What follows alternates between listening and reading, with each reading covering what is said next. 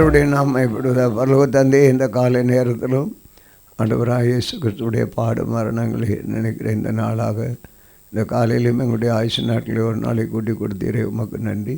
உண்மையை நோக்கி பார்க்குறோம். ஆண்டவர் கொடுக்குற பாடல் வேத வார்த்தைகளை வாசித்து நாங்கள் உண்மை துதித்து மகிமைப்படுத்த போகிறோம். எங்கப்பா இயேசு எங்களோடு இருப்பீராக. இயேசு கிறிஸ்துவ நாமத்தில் வேண்டிக் கொடுக்குறோம் பிதாவே, ஆமென். இன்றைக்கு நாம் பாட வேண்டிய பாடலை பாடி தேவனை நாம் மகிமைப்படுத்துவோம். 101வது பாடல். அழிந்து போகின்ற ஆத்துமாக்களை தினமும் தினமும் நினைப்பேன், அலைந்து திரிகின்ற ஆட்டை தேடியே ஓடி ஓடி உழைப்பேன்.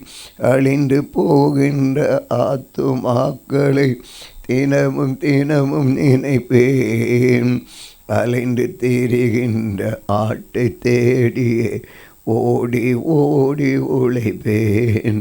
தெய்வமே தாருமே ஆத்ம பாரமே, தெய்வமே தாருமே ஆத்ம பாரமே. இருளின் ஜாதிகள் பேரொளி வீசட்டும், இருளின் ஜாதிகள் பேரொளி வீசட்டும். மரித்த மனிதர் மேல் வெளிச்சம் உதிக்கட்டும், மரித்த மனிதர் மேல் வெளிச்சம் உதிக்கட்டும். அழிந்து போகின்ற ஆத்துமாக்களை தினமும் தினமும் நினைப்பேன், அலைந்து திரிகின்ற ஆட்டை தேடி ஓடி ஓடி உழைப்பேன். பிறப்பின் வாசலில் தினமும் நிற்கிறேன், பிறப்பின் வாசலில் தினமும் நிற்கிறேன். சுவரை அடைக்கலாம் தினமும் ஜெபிக்கிறேன், சுவரை அடைக்கலாம் தினமும் ஜெபிக்கிறேன்.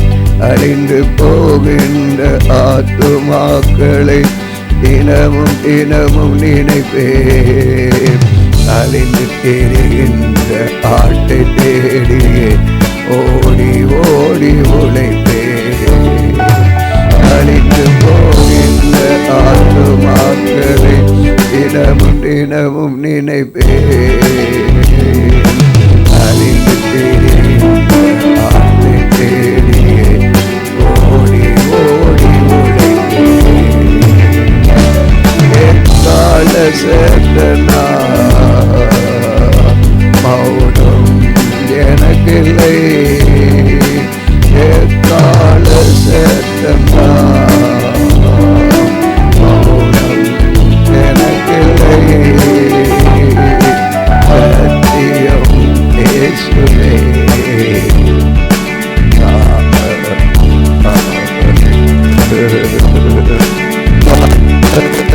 தாவரம், சத்தியம் பேசுவே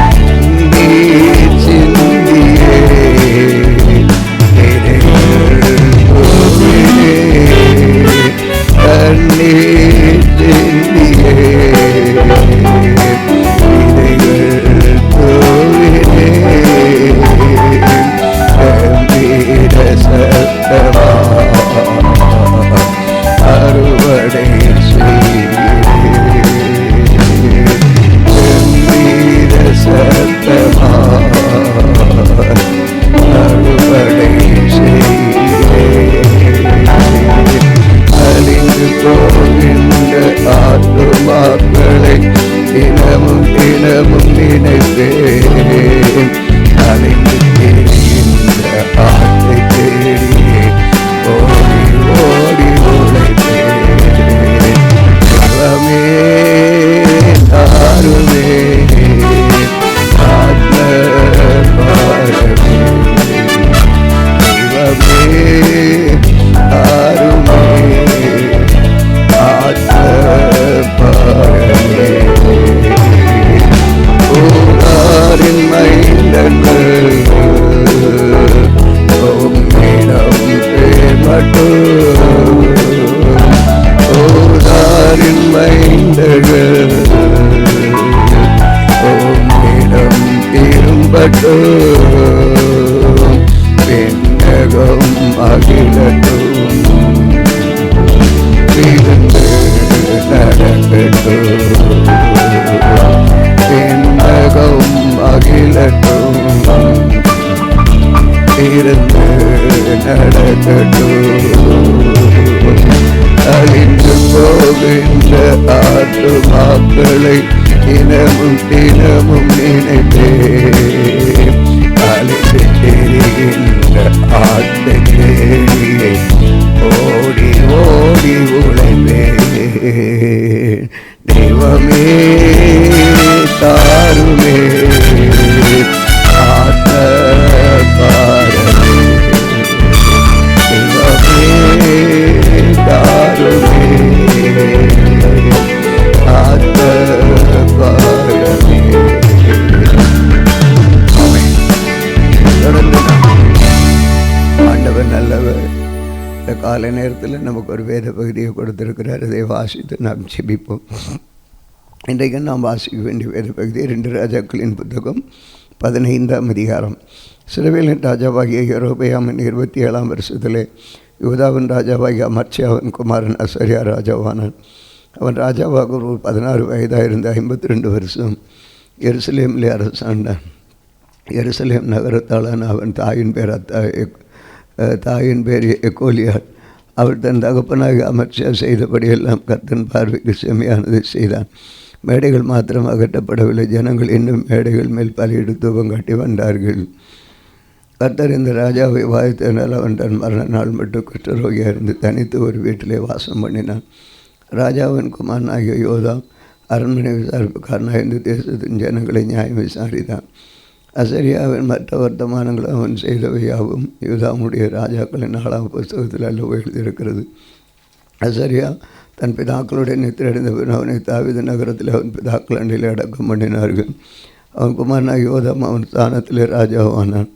யூதாவின் ராஜாவாகி அகசியாவின் 38ஆம் வருஷத்தில் யெரொபெயாமின் குமாரனாக சகரியா இஸ்ரவேலின் மேல் சமரியாவில் 6 மாதம் ராஜ்யபாரம் பண்ணி தன் பிதாக்கள் செய்தது போல கர்த்தருடைய பார்வைக்கு பொல்லாப்பானது செய்தான். இஸ்ரவேலை பாவம் செய்ய பண்ணின நேபாத்தின் குமாரனாகிய யெரொபெயாமின் பாவங்களை அவன் விட்டு விலகவில்லை.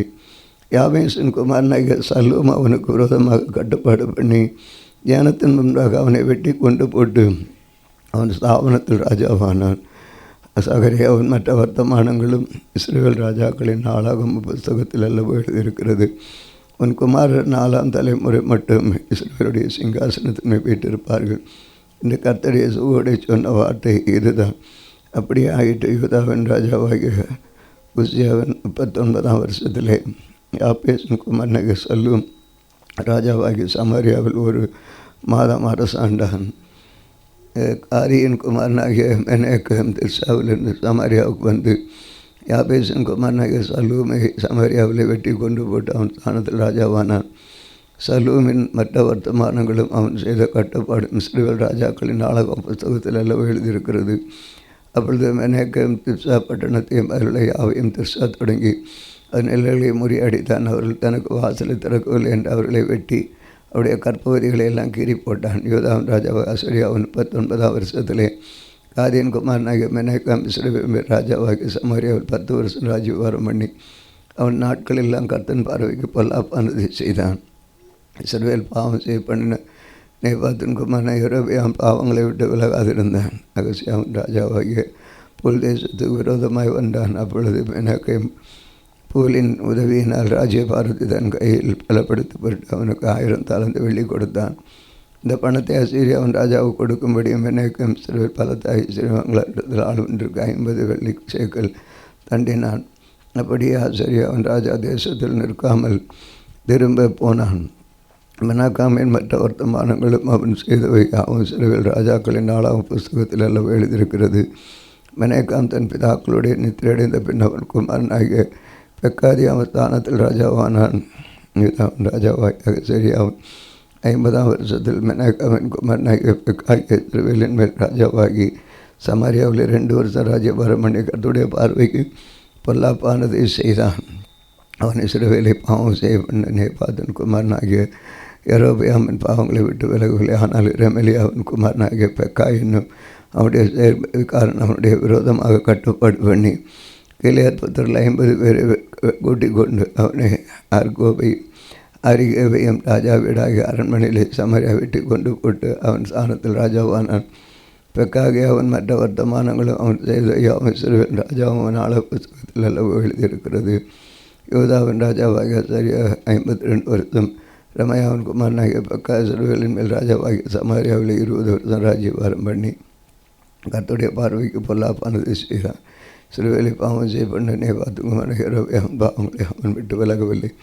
சிறு ராஜாவாகிய பெக்காவின் நாட்கள் அசீரியாவின் ராஜாவாகிய திக்லத் பிளேசர் வந்து ஈவனையும் பெத்மாக்கா என்னும் ஆபேலையும் அனாக்காவையும் கேடையும் ஆப்சேரையும் கிளையத்தையும் கலிலேயாகிய நப்தலி தேசமத்தையும் பிடித்து குடிகளை சரியாக அசீரியாவை கொண்டு போனான். ஏசாவின் குமாரனாகிய உசையா ரெமலியாவின் குமாரனாகிய பெக்காவுக்கு விரோதமாக கட்டுப்பாடு பண்ணவனை உசையாவின் குமாரனாகிய யோதாமின் 20ஆம் வருஷத்தில் வெட்டி கொண்டு போட்டு அவன் ஸ்தானத்தில் ராஜாவானான். பெக்காவின் மற்ற வர்த்தமானம் அவன் செய்தவை அவன் சிறுவில் ராஜாக்கள் 4ஆம் புத்தகத்தில் எழுதியிருக்கிறது. சிறுவில் ராஜாவாகிய ரெமலியாவின் குமாரன் பெக்காவின் 2ஆம் வருஷத்தில் யோதாவின் ராஜா உசியாவின் குமாரன் யோதாம் ராஜாவானான். அவன் ராஜா பகுதி 25 வயதான எருசலேமை 16 வருஷம் அரசாண்டான். சாதோக்கின் குமாரத்தியாக தாயின் பெயர் எருசாள். அவன் கர்த்தருடைய பார்வைக்கு செம்மையானவைகளை செய்தான். தன் தகப்பனாகிய உசியா செய்தபடியெல்லாம் செய்தான். மேடைகள் மாத்திர கட்டப்படவில்லை. ஜனங்கள் இன்னும் மேடைகளின் மேல் பலியிட்டு தூபம் கட்டி வந்தார்கள். அவன் கர்த்தருடைய ஆலயத்தின் உயர்ந்த வாசலை கட்டினான். யோதாவின் மற்ற வர்த்தமானங்களும் அவன் செய்தவையாகவும் யோதாவுடைய ராஜாக்களின் 4ஆம் புத்தகத்தில் எழுதியிருக்கிறது. அந்த நாட்களில் கர்த்தர் சீரியாவின் ராஜாவாகிய ரெத்சேனையும் ரெமலியாவின் குமாரனாகிய பெக்காவையும் யோதாவுக்கு விரோதமாக அனுப்பி தொடங்கினார். யோதான் தன் பிதாக்களுடைய நித்திரடைந்த பின் தன் தகப்பனாகிய தாவீதின் பட்டணத்தில் தன் பிதாக்கள் அண்டையில் அடக்கம் பண்ணப்பட்டான். அவன் குமாரனாக அவன் ஸ்தானத்தில் ராஜாவானான். நாம் வாசிக்க வேண்டிய வேத பகுதி வாசித்தோம். இதில் நாம் இந்த நாளிலும் வாசித்த பகுதியிலே ஒரு காரியத்தை நாம் மனதிலே புரிந்து கொள்ள வேண்டும். இன்றைக்கு அநேக விதமாக நமக்குள்ளே பல எண்ணங்கள் கேள்விகள் எல்லாம் இருக்கிறது. பாருங்கள், இந்த யெரொபெயாம் அவன் அந்த இஸ்ரவேல் தேசம் பிரிந்த பின்பு யூதா இஸ்ரவேல் என்று சாலமோனுக்கு பின்பாக 2ஆக பிரிகிறது. அதில் யூதாவை வந்து சாலமோனுடைய மகனும் இஸ்ரவேலை சாலமோனுடைய அரண்மனையிலே பணி செய்த அதிகாரியாக இருந்த யெரொபெயாமும் இவர்கள் தான் அதை ஆளுகிறார்கள். ஆனால் அந்த நாளிலிருந்து யெரொபெயாம் தேவனுக்கு பிரியம் எதை செய்தானோ அதைத்தான் எத்தனை ராஜாக்கள் வந்தாலும் யெரொபெயாம் பெயர் தான் சொல்லப்பட்டிருக்கிறது. நன்றாக ஒன்று கவனிக்க வேண்டிய ஒரு காரியம். யெரொபெயாம் பெயர் தான் சொல்கிறாங்க. ஏன்னா யெரொபெயாம் அவன் அந்த சொல்லும் பொழுது யெரொபெயாம் வழியிலே வந்தார் இந்த ராஜா. இன்றைக்குள்ள ராஜாவும் பெக்கா அந்த ராஜா யெரொபெயாம் வழியிலே வந்தார். மேடைகளை அகற்றவில்லை. ஆனால் சிலது நல்லது செஞ்சார். மேடைகளை விட்டவில்லை. அவர்களைப் போலவே அந்த காரியம் செய்தான் என்று யெரொபெயாம் என்று தான் சொல்லப்பட்டிருக்கிறது. அப்படியானால் ஒரு தேசம் அவனுடைய கரங்களிலே கொடுத்திருக்கிறது. கொடுக்கும் பொழுது அந்த தேசத்தை அவர் ஆள வேண்டும் என்பது அவருடைய கடமை. சரியாக ஆள வேண்டும். முன்பு எப்படி இருந்தார்களோ அதைத்தான் அந்த யார் கையில் கொடுக்கப்பட்டதோ அவர்களை தான் கேட்பார்கள். அதைத்தான் கடைசி வரைக்கும் பார்க்கும்போது வந்து எல்லா ராஜா ஆண்டு கொண்டிருந்தாலும் சொல்லப்பட்டிருக்கிற காரியம் என்னவென்றால் யெரொபெயாமின் வழியிலே நடந்தான். நடந்து மேடைகளை அகற்றவில்லை. சில காரியத்தை நல்லது செஞ்சாரப்போ அப்படின்னா நான் ஒன்று நினைக்கிறேன். இந்த நேரத்தில் ஆண்டவர் எனக்கு கொடுத்துருக்கிற ஊழியத்தில் கொடுத்துருக்கிற மந்தையை நான் சரியாக கவனிக்கலைன்னா ஆண்டவர் என்ன தான் கேட்பார். நான் அந்த வழியில் மந்தையை நடத்தி செல்லணும்.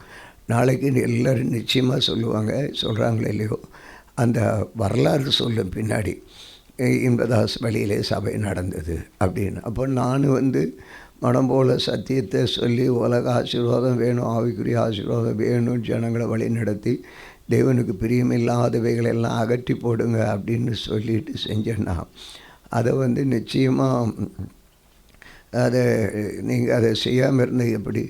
அது சொல்லும் பொழுது உங்களுக்கு கஷ்டமாக.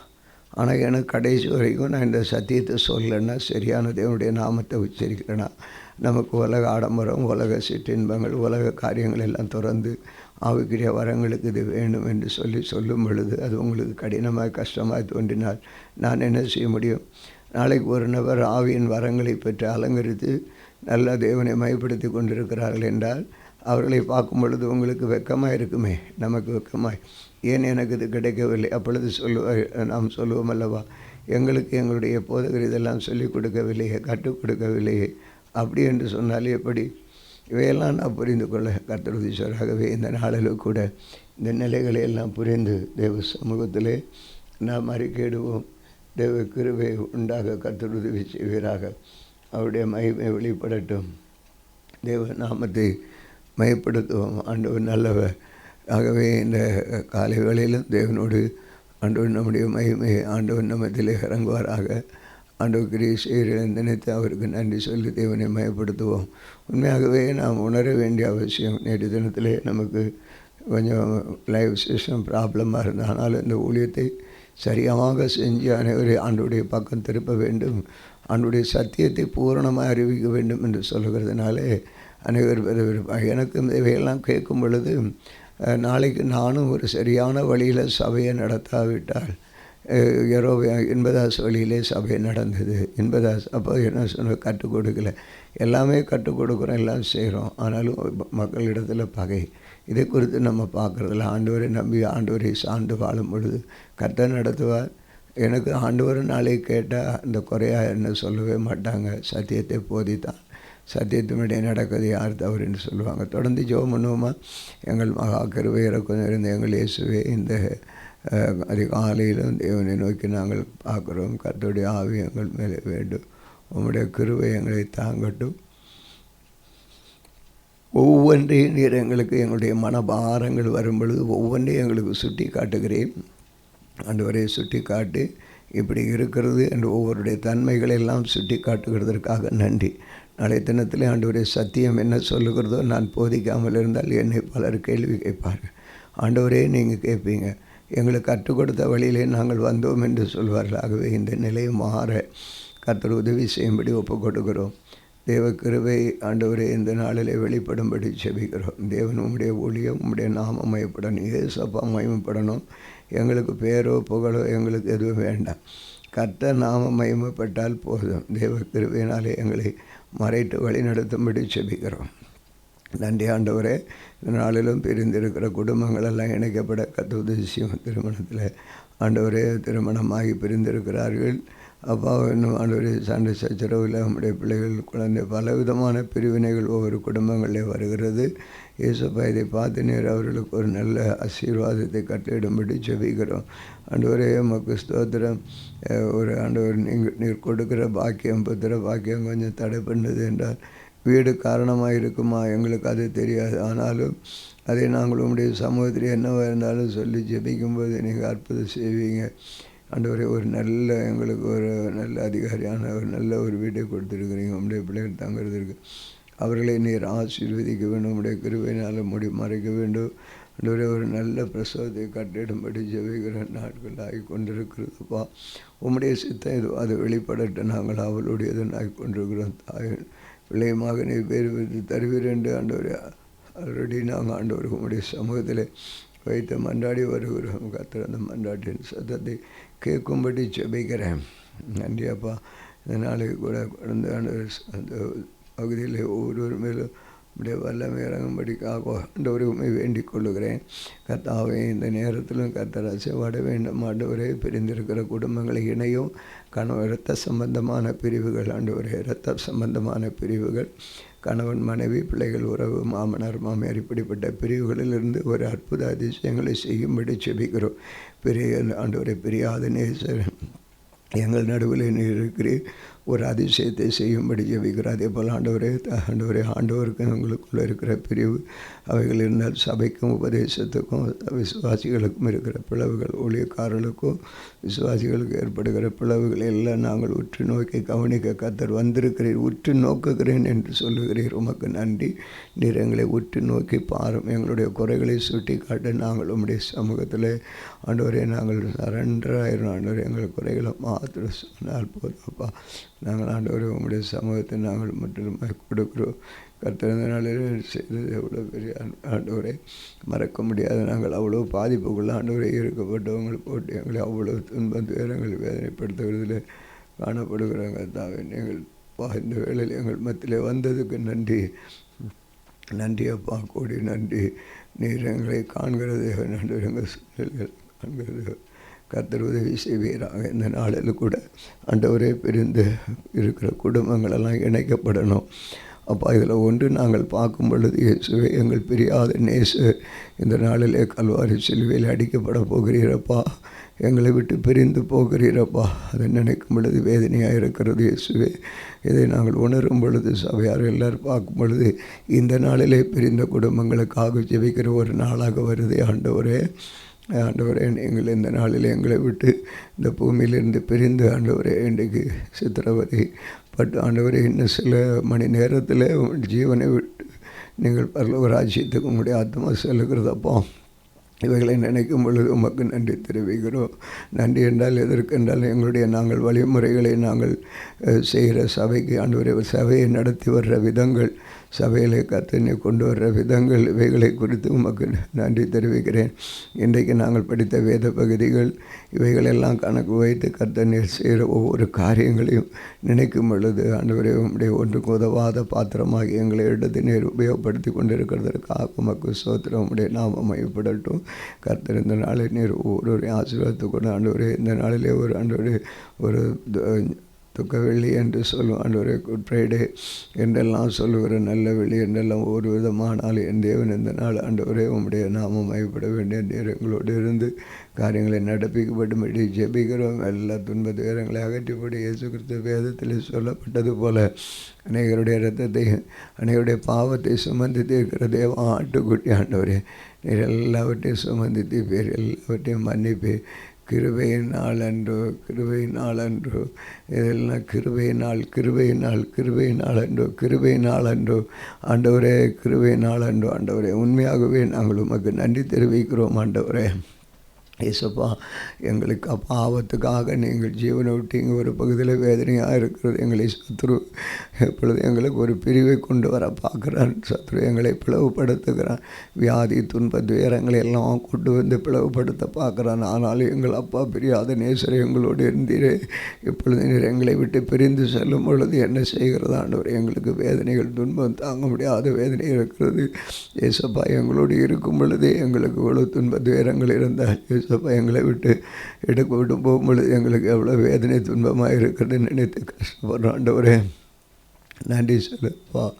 என்ன நன்றி சொல்லுதுன்னு தெரியலப்பா. எங்கள் ஒரு பகுதியில் வேதனை ஆனாலும் எங்களுக்காக ஜீவனை கொடுத்து எங்களை மீட்டு வைத்து நினைக்கும் பொழுது நாங்கள் துரித்து மயப்படுத்தி வேறு என்ன செய்ய முடியும் ஆண்டவரே?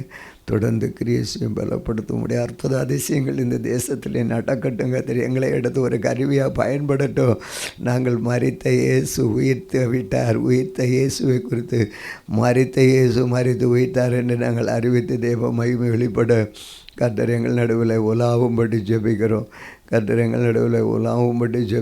நன்றி செலுத்துகிறேன் ஆண்டவரே. சாத்தானின் சதிகளை அகற்றிடுவோம் என்று சொன்னது போல நாங்கள் எல்லாவற்றையும் அகற்ற எங்களுக்கு கிருபை தாரும் ஆண்டவரே. வேண்டப்பட்டிருக்கிற பிள்ளைகளுக்கு பலன் தாரும் ஆண்டவரே. எதனால் பிரிவு வருது? குடும்பத்தில் கணவன் மனைவி பெற்றோர்களுக்குள்ளே பண ஆசை, பொருளாசை, கீழ்ப்படியாமை, சத்ருவன் தலையிடுதல், அப்படிப்பட்ட கிரியைகளில் இருக்கிற எல்லா கிரியைகளையும் சில விதமான பில்லுசுனிகளில் சத்ருவன் போராட்ட இவைகளை இயேசு கிறிஸ்துவின் நாமத்திலே அகற்றி போடுவீராக. கர்த்தர் அப்படியாக நீர் ஒவ்வொரு காரியங்களையும் நீர் எங்களை சேர்ந்தார். குடும்பம் கீழ்ப்படியாமல் கணவன் மனைவி ஒருவருக்கு ஒரு அண்டர்ஸ்டாண்டிங் இல்லாமல் இருந்தால் பிரிஞ்சு போதாப்பா ஆண்டவரே. அவைகளை எல்லாவற்றையும் இன்றைக்கி ஆண்டவரே நாங்கள் ஆண்டவரே எங்களுக்கு பிரியாத நேசர் எங்களோடு இருந்து எங்களை நீர் நடத்த போகிறதற்காக சோதனை. எங்களுடைய வாழ்க்கையில் நாங்கள் அநேக இழப்புகளை இழந்திருக்கிறோம். அவைகளிலிருந்து நாங்கள் மீள என் தேவனுடைய கிருபை எங்களுக்கு வேண்டும் ஆண்டவரே. பலவீனப்பட்டிருக்க பிள்ளைகளை தொட்டு சுகப்படுத்தும். சமாதானம் இல்லாதவர்களுக்கு சமாதானத்தை தாரும். கடன் பிரச்சனைகளுக்குள்ளே கடன் பிரச்சனை விடுவி. நேசரேசுவன் நாமம் மைப்படட்டும். நாங்கள் வேஷம் போடல ஆண்டவரே. எங்கள் உள்ளான ஆத்மையிலிருந்து உள்ளான ஆழத்திலிருந்து நாங்கள் உண்மையை நோக்கி பார்க்குறோம். பகரில் நீர் தருகிறவர் ஆண்டவரே, பதிலை தருகிறோம். நாமம் மைப்பட வேண்டாம். தொடர்ந்து கிறிஸ்துவையும் காத்துக்கொள்ளும். இயேசுவே உமக்கு நன்றி கேட்குறோம் எங்கள் அன்பின் பிதாவே. ஆமென். இந்த நாளில் எங்களுக்கு விரோதமாய் கிரியை செய்து சகல அந்தகார வல்லமை ஆவிகளை என்ன சொன்ன நாமத்தில் கடிந்து கட்டுகிறோம். ஆமென். ஆமென்.